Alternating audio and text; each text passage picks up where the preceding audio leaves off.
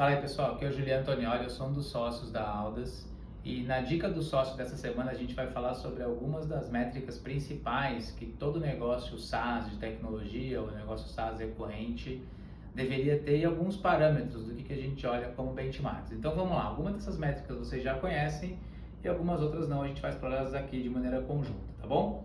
Então, primeira métrica, indicador SaaS, é o famoso indicador LTV sobre CAC, né?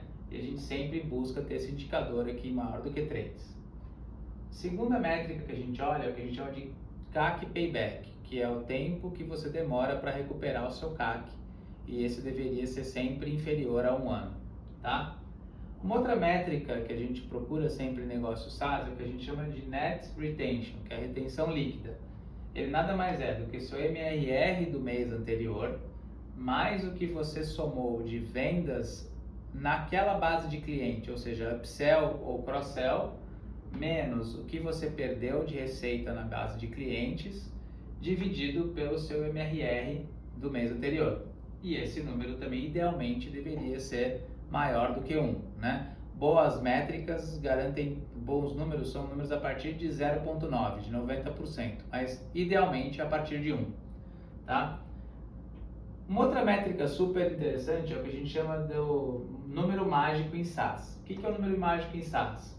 Ele é o seu MRR de trimestre, então, por exemplo, do período abril a junho, a soma dos MRRs de abril a junho, menos a soma dos seus MRRs de janeiro a março, dividido pelos seus gastos de vendas e marketing do período de janeiro a março e multiplicado isso por 4. O que ele quer medir? Ele quer medir a relação entre o que você gastou de vendas e marketing e o delta de crescimento de MRR que você gerou nesse período. Se esse número for menor que 1, significa que você está sendo pouco eficiente nas suas despesas de marketing e vendas. Se esse número é perto de 1, é sinal que você está sendo razoavelmente eficiente na conversão das suas despesas em vendas em receitas. E se esse número é maior que 1, isso é um sinal que você pode investir mais em marketing e vendas para capturar isso em crescimento para sua companhia, porque você tem espaço nesse indicador, tá?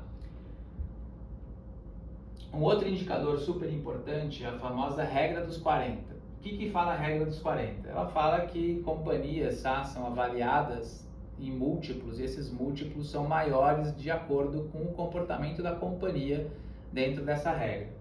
Então, o que é essa regra? Ela é a somatória do seu crescimento, que é medida pelo seu faturamento de um ano sobre o faturamento do ano anterior, menos 1, né? Ou seja, o seu crescimento mais a sua geração de caixa, somados tem que dar 40%.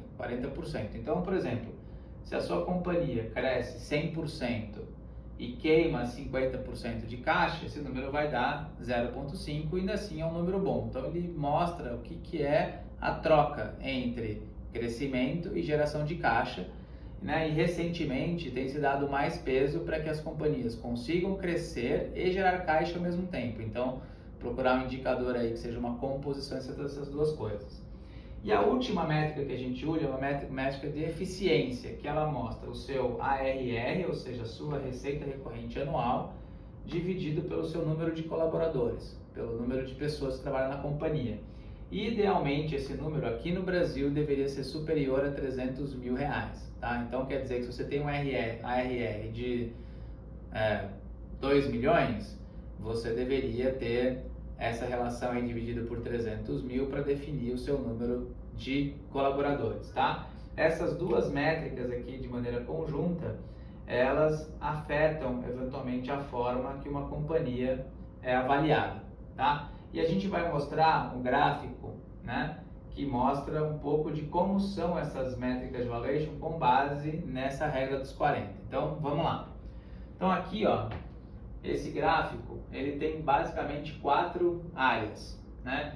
Então aqui a gente tem companhias que crescem de 0 a 20% e que geram pouco caixa, né? Então elas geram aqui um crescimento abaixo, né, de 40%. Então elas estão aqui nessa área que está aqui nesse pedaço aqui. Então a soma máxima da regra dos 40 delas é baixa, tá?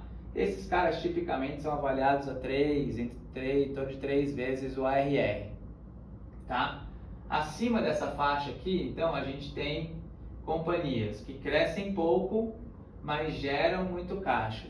Esses aqui tendem a ser avaliados na casa de 6 vezes o seu ARR, tá? Desse lado de cá, a gente tem companhias que crescem mais, tá? E geram menos caixa.